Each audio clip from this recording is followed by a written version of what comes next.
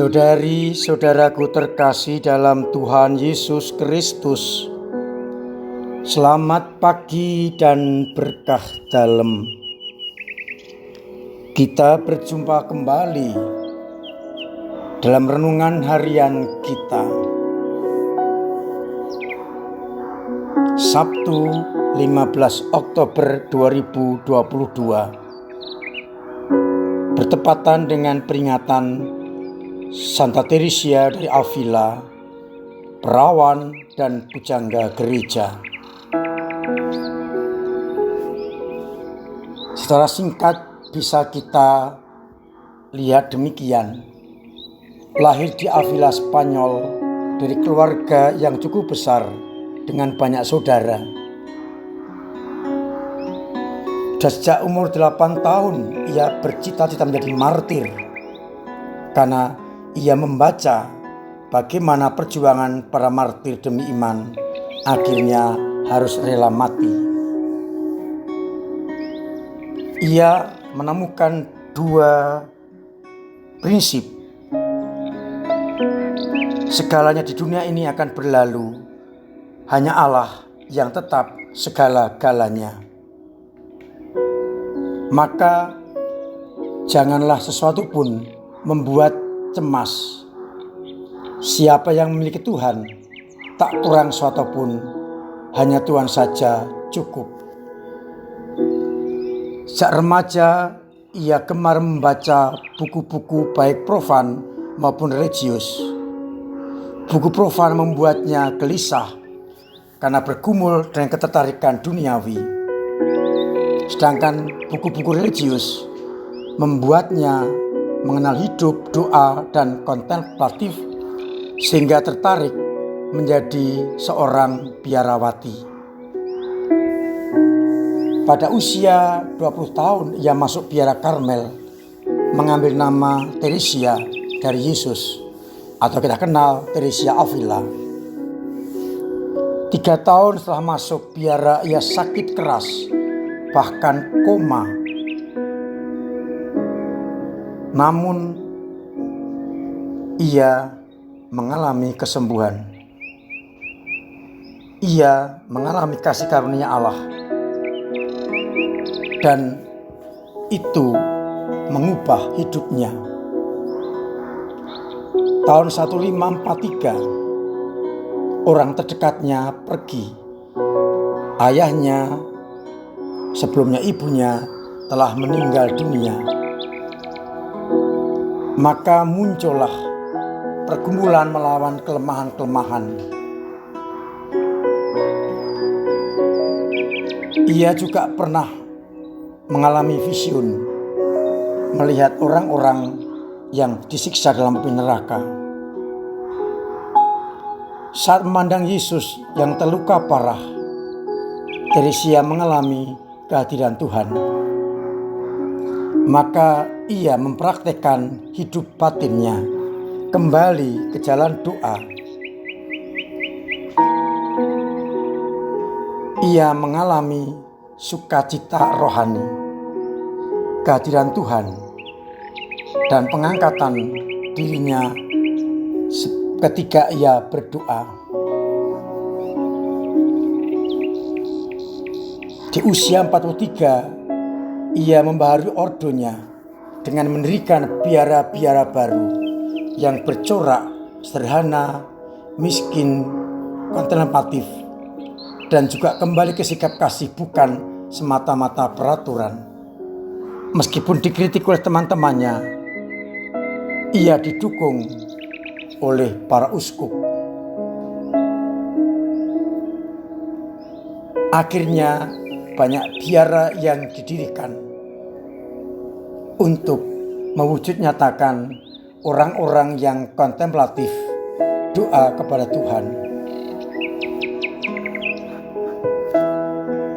Dalam usaha pendirian itu, akhirnya ia meninggal pada usia 67 di Alba de Tormes. Kata terakhirnya ialah, "Ya Tuhanku dan mempelaiku, waktu yang kurindukan telah tiba.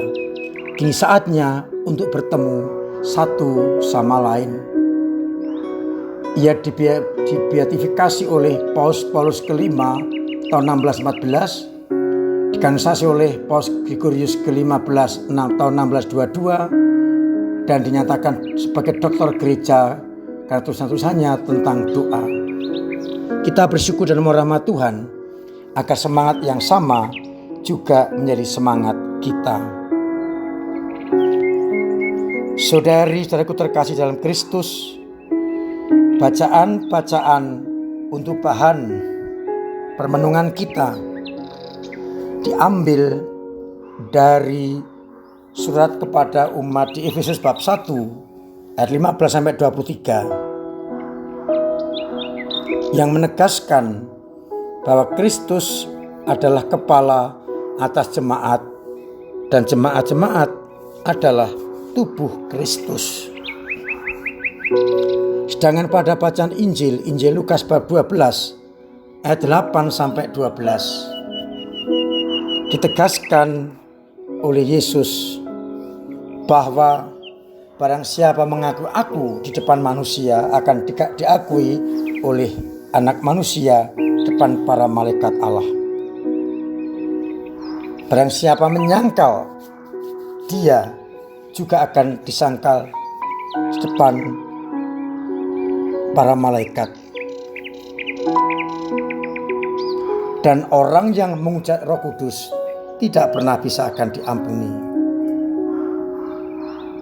Juga akhirnya ditegaskan kita nggak perlu khawatir, karena Roh Kudus akan memberikan apapun juga jawaban yang harus kita berikan kepada orang-orang yang memusuhi kita, entah penguasa, entah pemerintah, entah lawan-lawan kita. Saudari-saudaraku terkasih dalam Kristus, kalau kita sudah diberikan kepada Yesus Kristus sebagai anggota-anggota dan Kristus adalah kepalanya, maka yang paling penting agar kita hidup, kita hendaknya selalu mengikuti, mendengarkan, dan melaksanakan sang kepala itu. Bagaimana caranya? Sang kepala Yesus Kristus telah mengutus Roh untuk mendampingi gereja, mendampingi kita sampai saat ini. Maka kita tidak perlu cemas dan khawatir kalau kita mengikuti gerakan Roh Kudus Allah. Dia akan memberikan jawaban kepada siapapun juga yang melawan kita. Dan sebagai kepala, Yesus Kristus akan tetap melindungi dan membantu kita, asalkan kita mengikuti gerakan Roh Kudus yang dikirim dan diberikan kepada kita oleh Sang Kepala. Kita diajak untuk mempercayakan hidup kita hanya kepada Allah dan Putra lewat Roh Kudus. Karena dengan demikian kita akan selalu terikat kepada Sang Kepala dan ambil bagian di dalam karya keselamatan.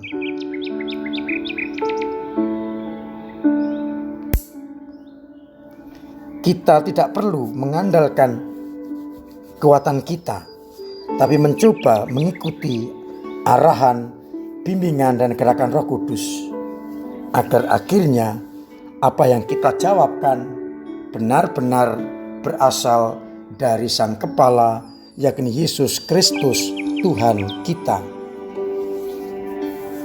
Menjadi pertanyaan yang untuk kita renungkan. Kalau kita diangkat menjadi anak-anak Allah dan Kristus adalah kepalanya, maka kita tetap akan hidup kalau kita menempel, menyatu dengan Sang Kepala, mendengarkan perintah Sang Kepala lewat Roh yang dikirim kepada kita. Tidak perlu cemas dan khawatir, karena Dialah yang akan menuntun kita menjawab semua hal yang kita hadapi, dan tidak perlu kita cemas dengan kekuatan kita, karena kita akan hidup karena Sang Kepala telah mendampingi kita lewat Roh-Nya yang diutus ketika Ia naik ke surga. Semoga kita mampu untuk senantiasa mendengarkan bisikan, gerakan, tuntunan Sang Kepala lewat Roh Kudus sendiri. Semoga kita akhirnya dimampukan untuk peka, terbuka akan gerakan dan bisikan Roh Kudus Allah. Tuhan memberkati kita sekalian. Amin. Marilah berdoa. Bapa yang penuh kasih, kami bersyukur karena kami telah Kau angkat menjadi anak-anak-Mu. Dengan Kristus sebagai kepalanya, dengan demikian terjaminlah keselamatan itu. Putra-Mu Sang Kepala kami telah mengutus Roh Kudus kepada kami, yang harus kami ikuti dan kami dengarkan. Maka bukalah hati kami bagi Roh Kudus itu, agar kami tidak cemas, tidak khawatir, seperti Teresia telah berpegang teguh pada keyakinan itu. Karena kami yakin Sang Kepala Putra-Mu menyertai kami lewat Roh Kudus-Nya. Mampukan kami untuk selalu mendengarkan bisikan dan gerakan Roh Kudus Allah itu sendiri. Ya Bapa, mampukanlah kami semua untuk mendengar gerakan dan bisikan Roh Kudus Allah dalam hati kami, agar kami mendapatkan keselamatan yang datang dari-Mu. Kami berdoa bagi umat-Mu yang mengalami masalah, yang sakit dan juga ekonomi tersendat. Semoga Engkau sertai lewat Roh Kudus-Mu yang akan menuntun, menyemangati dan melindungi hamba-hamba-Mu. Biarlah akhirnya semua orang tetap mengalami kasih karunia-Mu. Kami masih berdoa untuk Nawanto yang sedang sakit. Semoga Engkau jamah, Engkau kuatkan, Engkau sembuhkan, sehingga boleh mengalami sukacita bersama keluarga. Biarlah akhirnya kami semua yakin bahwa Engkau senantiasa menyertai kami.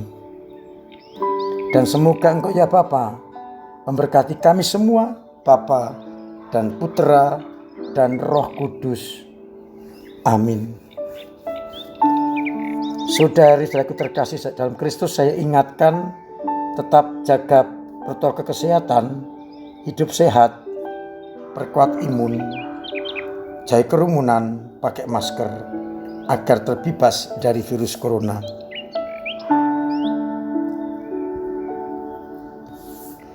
Meskipun corona sudah menurun, tetap saya ingatkan, saya wajibkan hati-hati dan jangan lena. Saya ucapkan terima kasih kepada semua saja yang terlibat dalam hidup menggereja, baik dengan dana, dengan tenaga, maupun dengan doa. Dan masih diharapkan untuk terus membantu proses pembangunan gedung serbaguna dengan cara memasukkan pada kotak dana pembangunan kolektor kedua, atau memasukkan di kotak dana pembangunan, atau scan barcode, atau transfer, atau langsung kepada saya. Harapannya segera dengan uang terkumpul bisa menyelesaikan gedung serbaguna, dan Natal sudah bisa kita pakai. Untuk semua saja yang sudah ambil bagian dalam penggalangan dana misi MSF, kami mengucapkan banyak terima kasih karena terkumpul lumayan banyak. Kalau penjenengan masih ingin perhatian kepada misi, entah setiap bulan, entah setiap apapun, tetap boleh menyumbangkan untuk karya misi. Bisa dimasukkan dalam kotak atau langsung kepada saya, yang saya teruskan kepada ekonomi provinsi untuk membantu romo-romo dan puder yang ada di tanah misi. Semoga dengan bantuan kita, mereka lebih nyaman, aman melayani umat karena kebaikan panjenengan semua. Akhirnya saya mengucapkan selamat pagi, selamat merenungkan, salam sehat, Tuhan memberkati.